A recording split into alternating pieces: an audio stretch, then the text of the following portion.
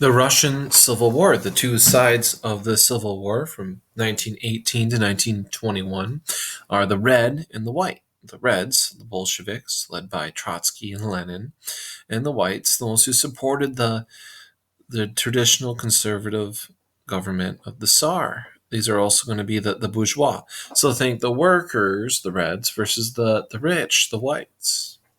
So, while the Red Army was led by Leon Trotsky, the White Army was supported by military aid from several foreign powers, including the United States. Yes, Michigan did send troops to fight in the Russian Civil War. Leon Trotsky implemented the conscription and compulsory training of all abled men 18 to 40 years of age and improved army discipline.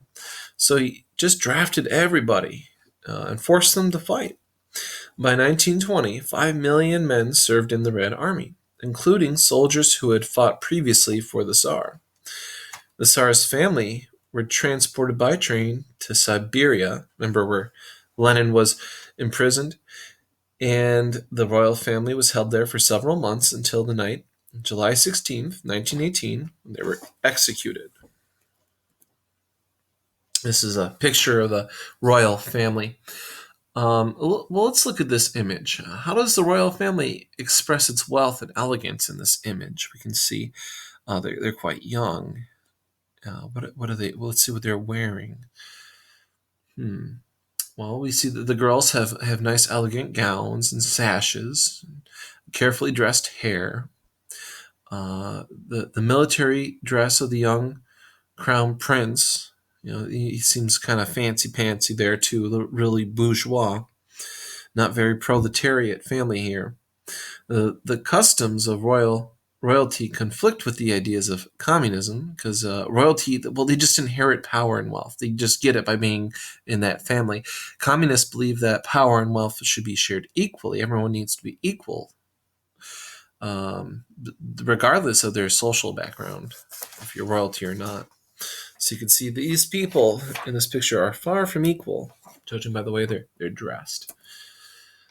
So, war communism. What is war communism? Well, desperate times called for desperate measures. In the spring and summer of 1918, during the Civil War, the Bolsheviks, these are the Reds, the communists, declared emergency measures, claiming that they would lead Russia toward communism. We're going to force Russia to turn communist, war communism. So war communism involves nationalizing all in the industries, seizing all the grain and the surpluses from the farmers, gaining control of resources that would support the Red Army to victory over the White Army. So basically, war communism is showing up to your farm, taking all your food, and leaving, saying it's for the greater good. So they took everyone's stuff. And they said it's war communism. We need it now. Russia peasants had yearned for their own land and agricultural freedom since the emancipation in 1861. Once they ended serfdom, they always wanted to have their own land and food. And they deeply resented the interventions of the state. By cutting their agricultural production, they limited what the state could seize. However, they also inadvertently contributed to the famine that would sweep Russia in the years after the Civil War. So if they're going to just end up taking all the food you make, well, they're just going to make less food. But if everyone's making less food, everyone has less to eat. So Russia's going to be hit with a famine, a lack of food. This is the NEP, the New Economic Policy. It's a very important thing to know about Lenin and how Russia became communist. So after the Civil War, left up to 15 million Russians dead from conflict, famine, disease. The New Economic Policy, the NEP, was initiated in March 1921, right after the Civil War. It represented a form of modified capitalism in that the peasants were permitted to sell a portion of their crops for profit. Wow, making a profit is a capitalist thing to do. It's not very communist. Everyone's supposed to be equal, but it was a disaster. The war communism was a disaster. Everyone was starving, so they lightened up on the communism. The NEP is allowing people to practice capitalism in a communist society. Very strange. As a result, agricultural production increased. Well, if you get to keep your own food, you're going to make more of it. Makes sense.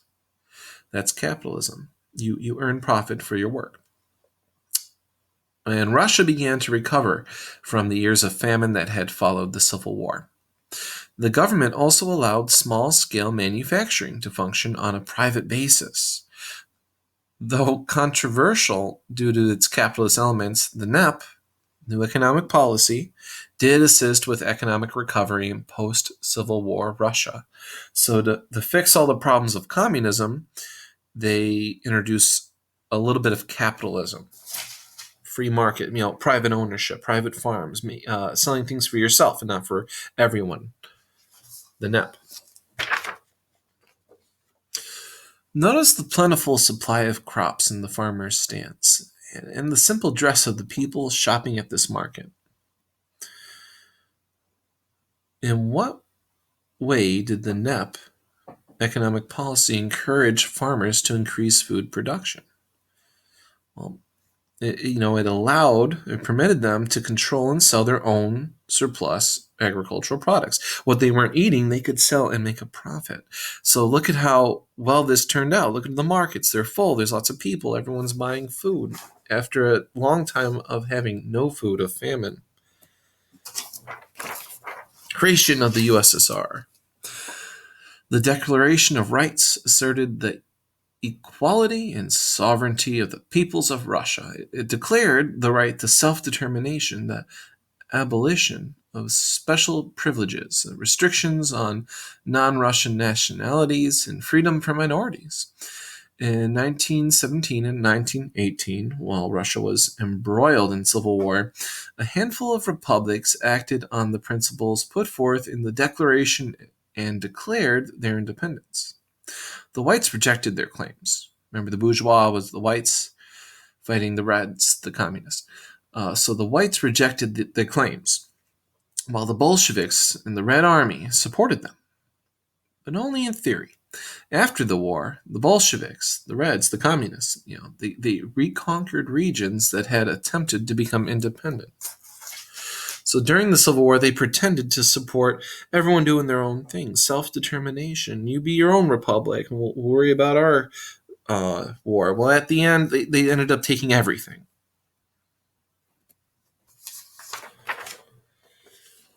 Even after political unification, after the Reds took over all of Russia, all the little cities and independent republics that were popping up, they were all consolidated, all taken together by the Reds.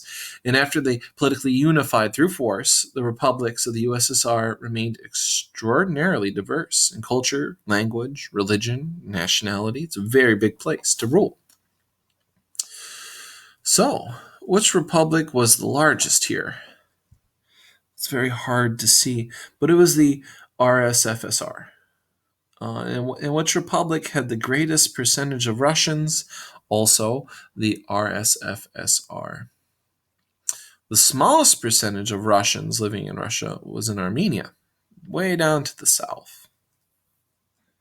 You can see on your map, there's lots of different nationalities within the Soviet Union. To the far left and then down would be the Armenians. In which republics did the primary of titular nation have less than 50% of the population?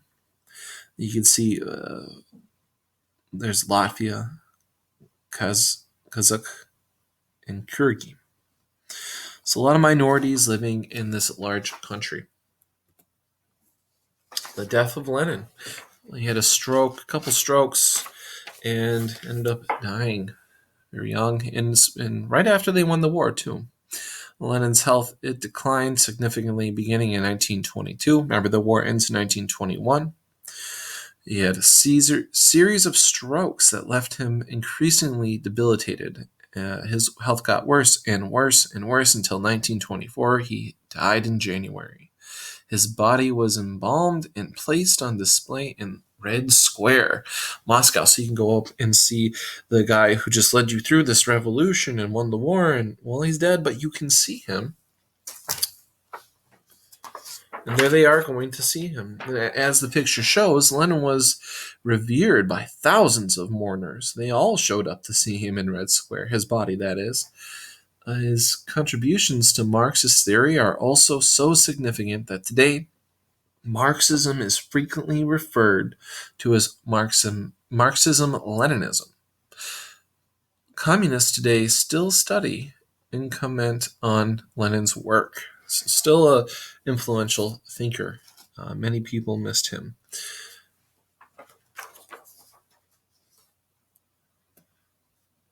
Today you'll have these 3 questions to answer.